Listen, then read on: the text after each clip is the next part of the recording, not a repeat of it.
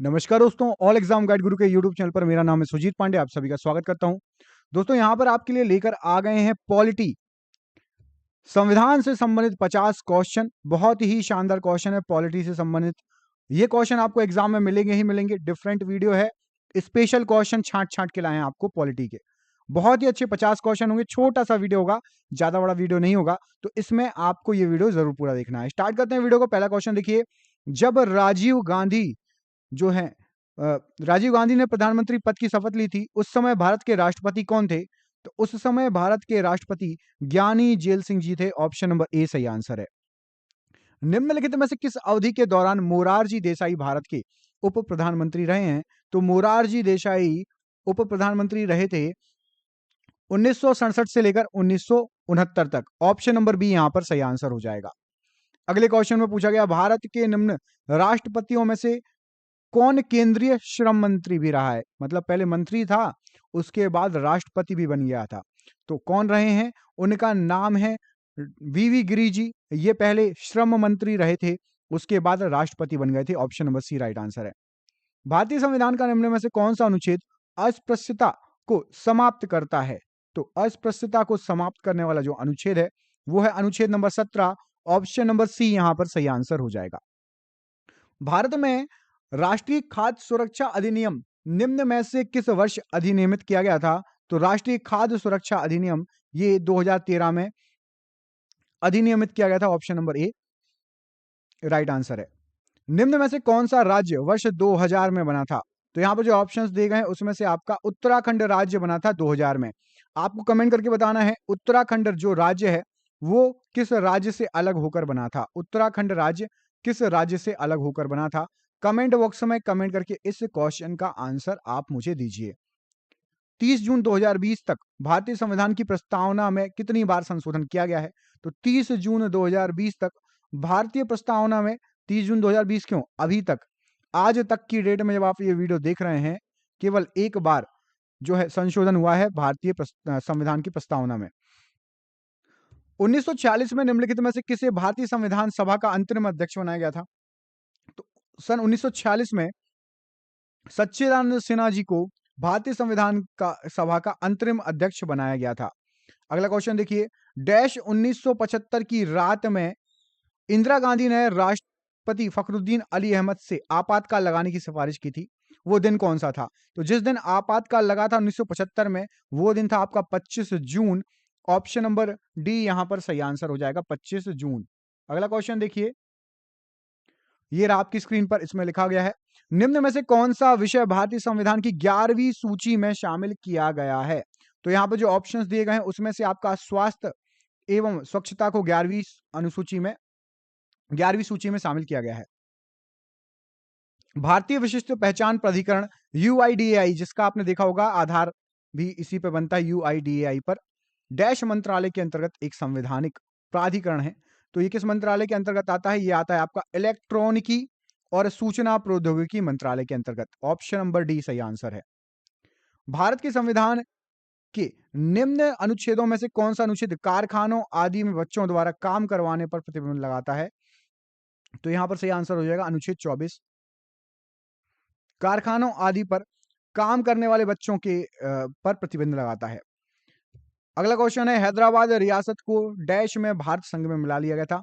तो हैदराबाद रियासत थी और उसको मिला लिया गया था 1948 को भारत में। ऑप्शन नंबर डी सही आंसर हो जाएगा। भारतीय संविधान के भाग 4 में डैश से संबंधित प्रावधान वर्णित है? तो भारतीय संविधान के भाग 4 में आपका राज्य के नीति निषेध तत्व सिद्धांत वर्णित है। कमेंट करके बताइए, राज्य के नीति निषेध तत्व किस देश से लिए गए हैं? राज्य के नीति निषेध तत्व किस देश से लिए गए हैं? कमेंट बॉक्स में कमेंट करके आपको ये चीज बतानी है। अगला क्वेश्चन देखिए, लोकसभा के 552 सदस्यों में से डैश सदस्य जो हैं राज्यों का प्रतिनिधित्व करते हैं?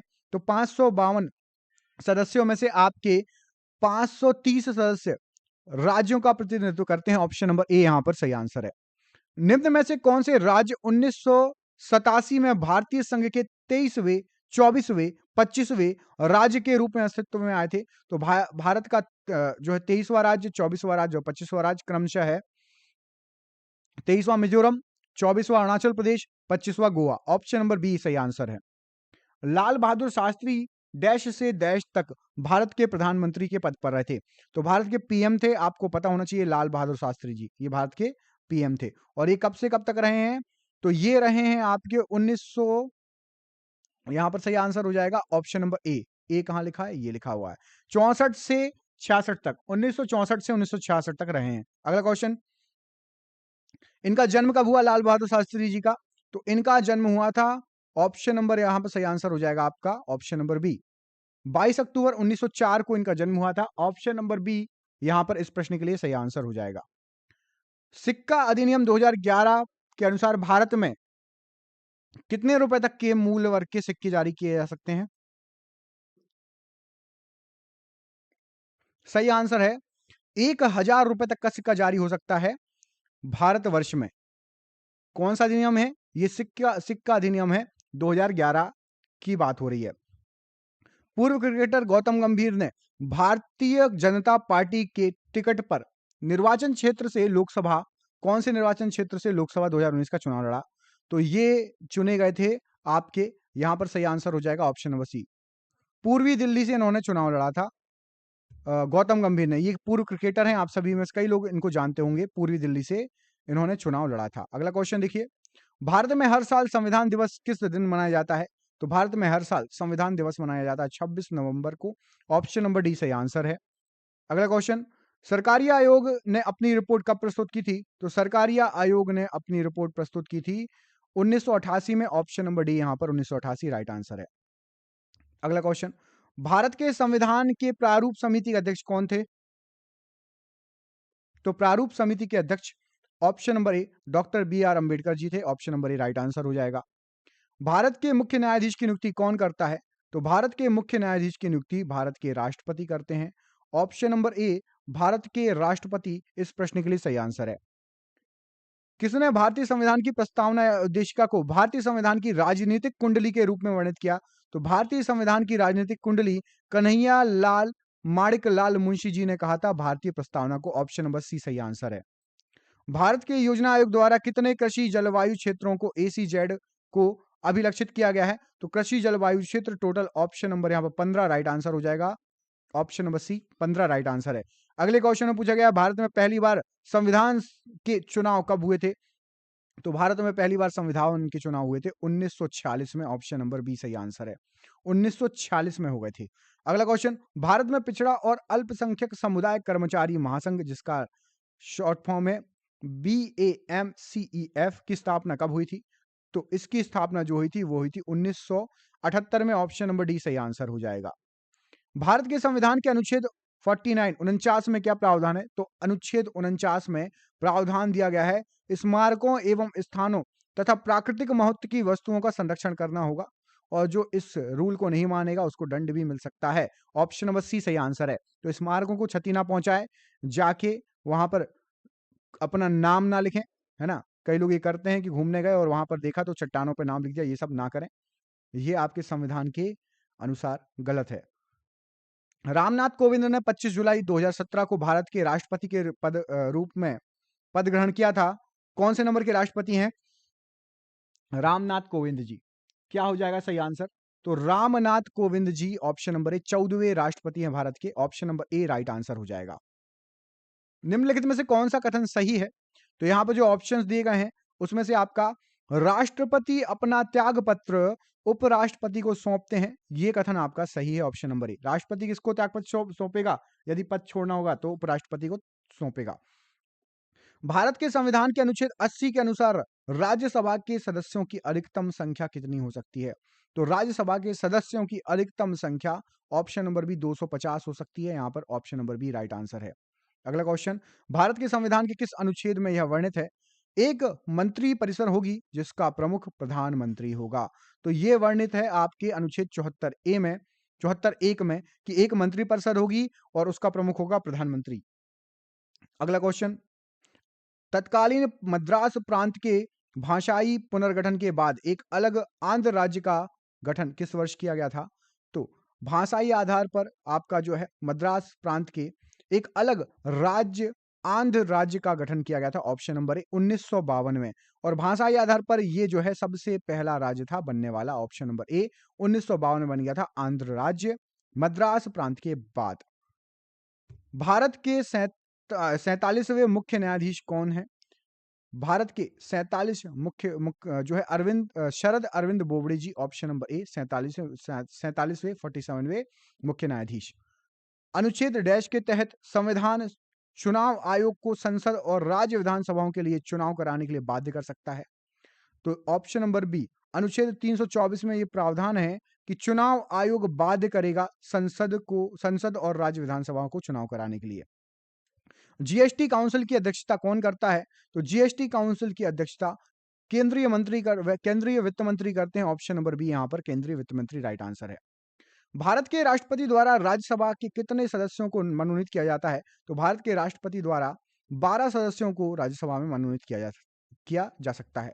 निम्नलिखित में से कौन सा शब्द संविधान जो कि 42वें संविधान संशोधन अधिनियम 1976 द्वारा प्रस्तावना में जोड़ा गया था? तो प्रस्तावना में समाजवादी शब्द जोड़ा गया था। ऑप्शन नंबर डी यहां पर राइट आंसर हो जाएगा।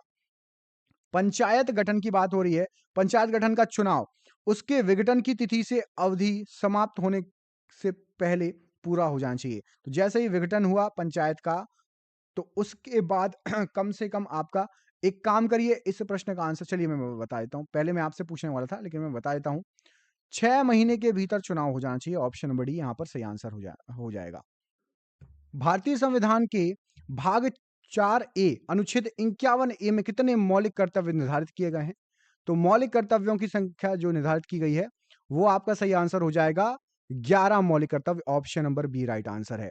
अगला क्वेश्चन, भारतीय संविधान का कौन सा अनुच्छेद भारतीय राष्ट्रपति को संसद के अवकाश के समय अध्यादेश लागू करने का अधिकार देता है? तो अवकाश के समय अध्यादेश लागू करने का अधिकार अनुच्छेद 123 मतलब 123 में दिया गया है। ऑप्शन नंबर बी अनुच्छेद 123 यहां पर इस प्रश्न के लिए राइट आंसर हो जाएगा। निम्नलिखित में से कौन सा कथन राज्यसभा से संबंधित सही नहीं है? तो मैं आपको डायरेक्ट बता देता हूं, राज्यसभा में धन विधेयक में संशोधन नहीं होता। धन विधेयक संशोधन करता है, यह कथन गलत है। धन विधेयक में संशोधन राज्यसभा में नहीं होता।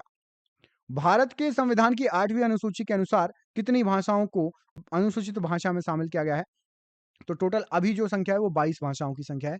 22 भाषाओं को शामिल करके रखा गया है। निम्नलिखित में से कौन सा राज्य भारतीय संविधान की 6ठी अनुसूची में शामिल है? तो भारतीय जो है संविधान की 6ठी अनुसूची में आपका मिजोरम शामिल है। Option number C right answer हो जाएगा, मिजोरम। फरवरी 2020 की स्थिति के अनुसार लोकसभा में कितने सदस्य उत्तर प्रदेश राज्य का प्रतिनिधित्व करते हैं? तो लोकसभा में टोटल अभी तो फिलहाल 80 सदस्य फरवरी 20 के अनुसार, 20 क्या अभी 22 भी पकड़ लो आप, के अनुसार 80 लोकसभा के सदस्य उत्तर प्रदेश राज्य का प्रतिनिधित्व करते हैं। केंद्र शासित प्रदेश लद्दाख में कितने जिले हैं? तो केंद्र शासित प्रदेश लद्दाख में 2 जिले हैं। ऑप्शन नंबर डी यहां पर 2 जिले राइट आंसर हो जाएगा। भारत के राष्ट्रपति भवन का निर्माण किस वर्ष पूरा हुआ था? तो भारत के राष्ट्रपति भवन का निर्माण 1929 में पूरा हो गया था। ऑप्शन नंबर सी कब? सोचिए किसने किया था? राष्ट्रपति भवन का वास्तुकार कौन था? कमेंट बॉक्स में कमेंट करके बताइए, देखते हैं किस किस को पता है। 1929 में बनके राष्ट्रपति भवन तैयार हो गया था। मौलिक अधिकारों की सूची से संपत्ति के एक सेकंड, हाँ ये है क्वेश्चन। मौलिक अधिकार की सूची से संपत्ति के अधिकार को कब हटाया गया? तो मौलिक अधिकार की सूची से संपत्ति का अधिकार जो हटाया गया था वो हटाया गया था आपका 1978 को। ऑप्शन नंबर बी यहां पर सही आंसर है। भारत में किसके सुझावों पर सरकार द्वारा कृषि फसलों का न्यूनतम समर्थन मूल्य, जिसको एमएसपी बोलते हैं, निर्धारित किया जाता है? तो एमएसपी निर्धारित किया जाता है कृषि लागत और मूल्य आयोग द्वारा, सीएसीपी के द्वारा। Option number A right answer हो जाएगा। ये रहा आपके लिए सरप्राइज क्वेश्चन, इसका आंसर कमेंट बॉक्स में कमेंट करके बताना है। भारत के संविधान में मौलिक कर्तव्यों की अवधारणा किस देश से ली गई है? इस प्रश्न का आंसर आप मुझे कमेंट बॉक्स में कमेंट करके बताएंगे। मैं आपको 2 ऑप्शन दे रहा हूं, उनमें से कोई एक आंसर सही है। ऑप्शन नंबर ए और ऑप्शन नंबर बी, इन दोनों में से आप मुझे कमेंट करके बताइए मौलिक कर्तव्यों की अवधारणा किस देश से ली गई है। दोस्तों वीडियो अच्छा लगा हो तो वीडियो को लाइक कर देना, कमेंट करके जरूर बताया करो किस टॉपिक पर वीडियो चाहिए, हम आपको जरूर लाएंगे। मिलते हैं अगले वीडियो में, तब तक के लिए अपना ख्याल रखिए। आप सभी का बहुत बहुत धन्यवाद दोस्तों, आपका दिन शुभ हो। बहुत बहुत धन्यवाद।